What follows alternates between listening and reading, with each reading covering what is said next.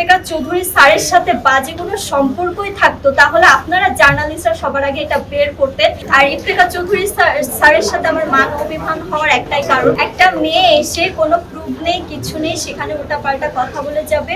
এমনি গা ভাসিয়ে কাজ করতে আসেনি রাজরিপা। জাজ মাল্টিমিডিয়ায় অডিশন দিয়েছি, আব্দুল আজিজ ভাই, রায়হান রাফি ভাই আমাকে সিলেকশন করছে তার দহন সিনেমার একজন হিরোইন হিসেবে। আমি এখনো আমার বাবার টাকায় চলি, মুভিতে কাজ করেছি, আমার তখন সিনেমা প্লাস ময়না সিনেমা কিন্তু কিছুদিন আগে রিলিজ হয়েছে এবং আমার অনেক বড় বড় বিজ্ঞাপনে কাজ করেছি আপনার ক্রিকেটার সাকিব আল হাসান ভাইয়ের সাথে, যিনি আমার পোস্টার ছিল, এবং অনেক ভালো ভালো বিজ্ঞাপনে আমি কাজ করেছি, গ্রামীণ ফোনের বিজ্ঞাপনে কাজ করেছি। তো সব মিলায় যখনই আমি একটা কাজ করেছি আমার জার্নালিস্ট ভাইরা সবথেকে বেশি সাপোর্ট দিয়েছে। আমি যখন বিপদে পড়েছি সবথেকে বেশি সাপোর্ট জার্নালিস্টরা আমাকে করেছে। তো তাদের সাথে আসলে যদি কেউ আসলে এই ব্যাপারটা, এই ভালোবাসার জায়গা বলতে গেলে বলেন, ক্যামেরা বলেন, এটা হচ্ছে আমাদের ভালোবাসার জায়গা। সো সেখানে যদি কেউ অপমান করে হয়তো আপনাদেরও দোষ ছিল, কারণ আপনারা যাকে তাকে যখন তখন খুশি যেমন তেমন প্রশ্ন করে বসেন। সেখানে যেহেতু প্রশ্ন আপনারা ভুল করে ফেলেছেন, এখন মনে করেন যে ভুলটা ছুঁড়ে মেরেছে, এটা হচ্ছে ভুল করেছে, এটা নিয়ে আমার কথা বলবো না। তবে আমাকে যখন জিজ্ঞেস করা হয়েছে যে আপনার কেমন লেগেছে, আমি বলেছি আমার ভালো লাগেনি কখনো, কারণ এটা আমার সম্মানের জায়গা, আমার ভালোবাসার জায়গা, এই জায়গাটাকে আমি কখনোই অপমান করতে পারবো না। আর যদি কেউ করে তখন আমি না হোক প্রতিবাদ করবো, আমি জার্নালিস্ট থাকলে প্রতিবাদ করতাম, আপনারা তখন প্রতিবাদ করতেন, তাহলে যে কেউ মানুষ এসে অপমান করতে পারবে না, ইন ফিউচারে এরকম হেনস্থার শিকার আপনারা হবেন। কিন্তু আমার আরেকটা কথা হচ্ছে, লজ্জা আপনাদের হওয়া উচিত, আপনাদের অপমান করেছে ঠিকই আপনি ওই মানুষটার ইন্টারভিউ নিয়ে টপিকটা ভাইরাল করে দিচ্ছেন।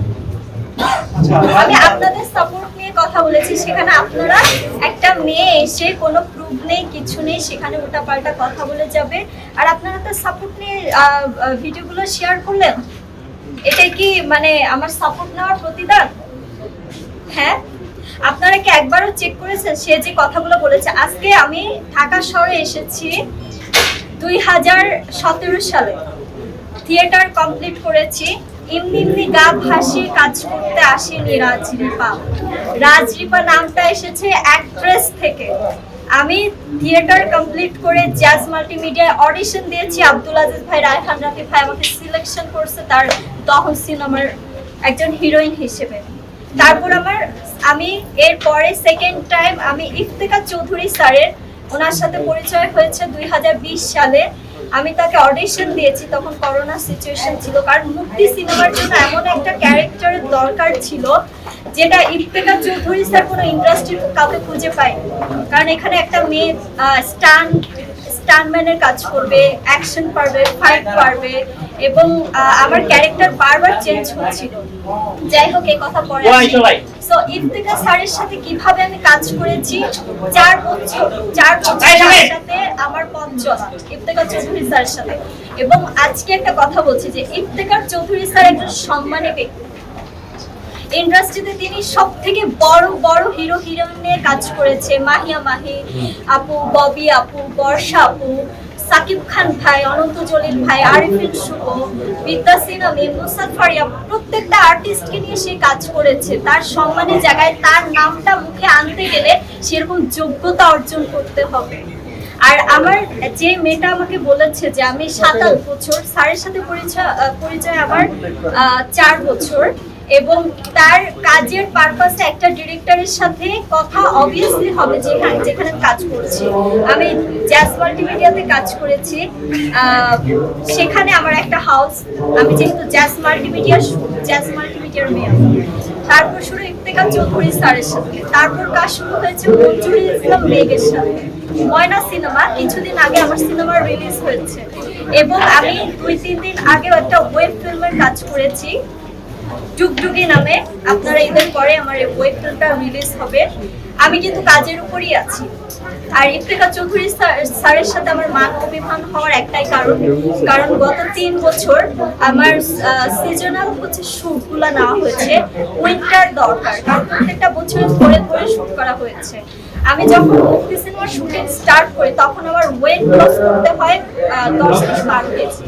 আমি বারবার হেলদি হয়ে যাই, আবার আমাকে জিমে যে স্লিম হতে হয়। সো এখন তো আসলে দিন যাচ্ছে, বয়স বাড়ছে, সো সে অনুযায়ী আমি সিক হয়ে যাই, যার কারণে ইফতেখার চৌধুরী স্যারের সাথে আমার ঝগড়া হয় যে সিনেমাটা আপনি তাড়াতাড়ি শেষ করে দেন। এটা নিয়ে তার সাথে আমার জাস্ট অভিমান, ঝগড়াও।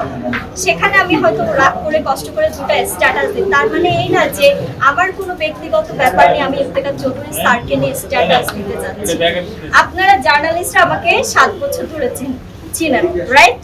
আমার যদি ইফতেখার চৌধুরী স্যারের সাথে বাজে কোনো সম্পর্কই থাকতো তাহলে আপনারা জার্নালিস্টরা সবার আগে এটা বের করতেন, এটা নিয়ে নিউজ কভারেজ হয়ে যেত অলরেডি।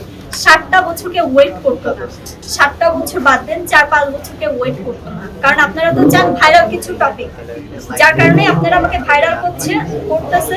একটা মেয়ে, কোনো প্রুফ নেই, কিছু নেই, একটা মেয়ে এসে বলে গেল একটা ডিরেক্টর আমাকে মানে কয়েক বছর ব্যবহার করে ছেড়ে দিয়েছে, এটা আপনাদের বললো, আপনারা সেই ইন্টারভিউ নিয়ে আবার সেটা আবার ছেড়ে দিলেন। আপনারা সত্যিটা যাচাই করেছেন?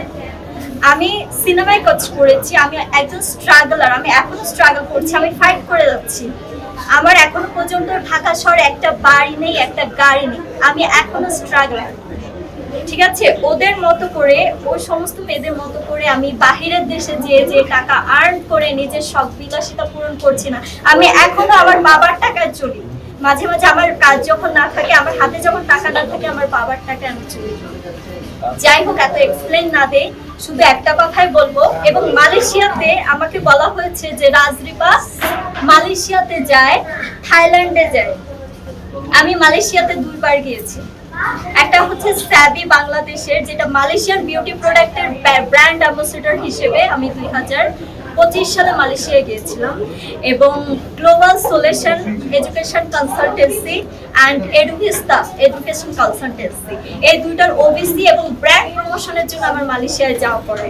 এবং লাস্ট আমি থাইল্যান্ডে গিয়েছিলাম, থাইমেটিক্সের, যেটা ইন্টারন্যাশনাল ওয়াইজ কাজ এবং বাংলাদেশের জন্য। এটা হচ্ছে যারা পেশেন্টস বাংলাদেশ থেকে থাইল্যান্ডে যায় চিকিৎসার জন্য, তাদের ওই আসলে আমি এই ওবিসি প্রমোশন করেছি।